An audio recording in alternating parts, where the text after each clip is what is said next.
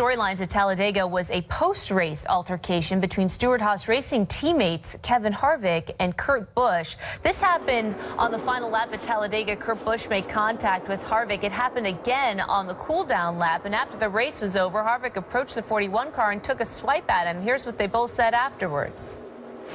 Looked like your teammate Kevin Harvick came up to you. What did he have to say to you? He has a misunderstanding of the call at the end of the race. He'll understand it, and I'm sure he'll clear it up in his interview. For us, we're great teammates. We're doing good together. We have to work together to beat all these other teams out there, and he knows that. Yeah, final laps, I know, everybody's just pushing and shoving, and then we cleaned the side of our car out after the checkered flag, so I don't really understand that. But all in all, our Jimmy John's Chevrolet did a great job, and didn't have a scratch on it until then, so that's pretty good for Talladega. Did Kurt have any explanation for you? Not really. Team meeting later, maybe? Probably.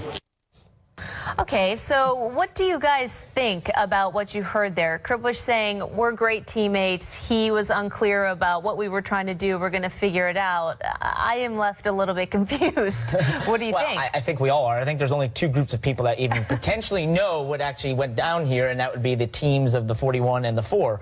I think when you listen to Kurt's comments, it sounds like maybe there was a possibility of, on a restart, they had some form of agreement about letting each other in or moving, allowing the other to get in front of the other, or some sort of bump drafting, agreement they would have, and it didn't go the way they had planned, and therefore, Kurt was upset about it, or Kevin was upset about it. But, truly, unless we figure out exactly what point of those restarts or those last few laps where they felt like one of them was wrong, we're just not going to know what was going on here. Is that the right reaction? Probably not the best for team camaraderie, but, this is when Gene Haas, Tony Stewart, Greg Zipadelli need to come in, be the leaders of the Stewart-Haas organization, and get these two to talk it out and be able to move on.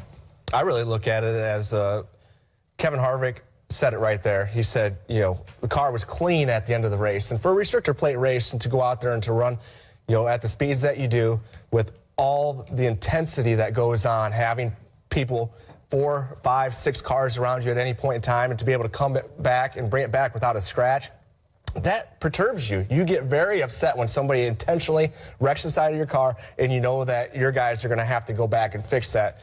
On the other side, I also look at it as Kevin is kind of like the dominant male, the alpha male, and, he is very intense. And he said, this is about giving my guys, the 4-car guys, the opportunity to win this championship.